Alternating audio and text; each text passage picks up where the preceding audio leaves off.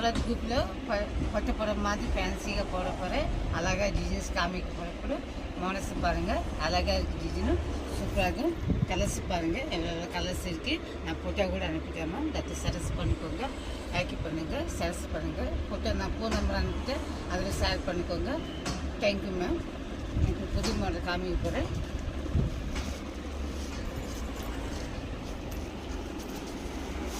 Ma'am. பாருங்கள்,